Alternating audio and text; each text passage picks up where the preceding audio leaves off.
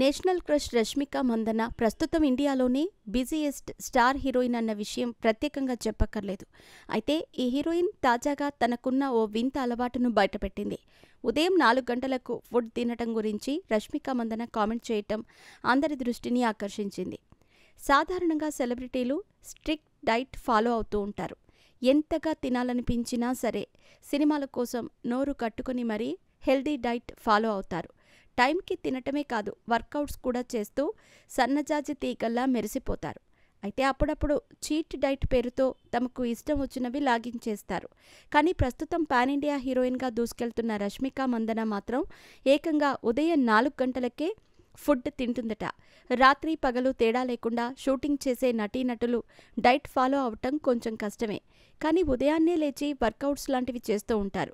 రష్మిక మాత్రం తెల్లవారుజామున 4 గంటలకు మ్యాగీని లాగిస్తున్న ఫోటోని షేర్ చేసి అందరికీ షాక్ ఇచ్చింది. సోషల్ మీడియా ఖాతాలో రష్మిక తాను అలా ఉదయాన్నే స్నాక్స్ లేదా చిరుతిండి తినటం గురించి వెల్లడించింది.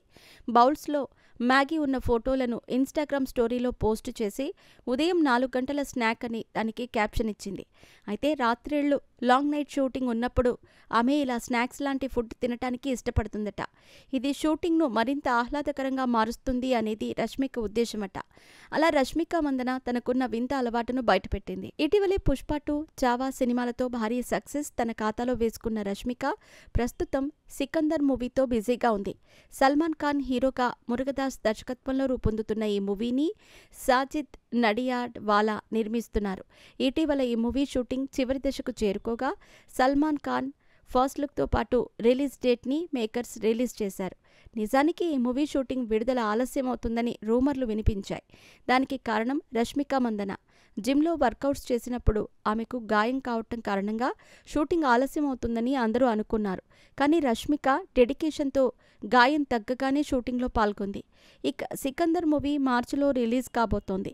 ఈ సినిమాలో కాజల్ అగర్వాల్, సత్యరాజ్, శర్మన్ జోషి వంటి స్టార్స్ నటిస్తున్నారు. అలాగే రష్మిక ధనుష్తో కలిసి కుబేరా, ఆయుష్మాన్ ఖురానాతో తామా వంటి బిగ్ ప్రాజెక్టులలో భాగమవుతోంది.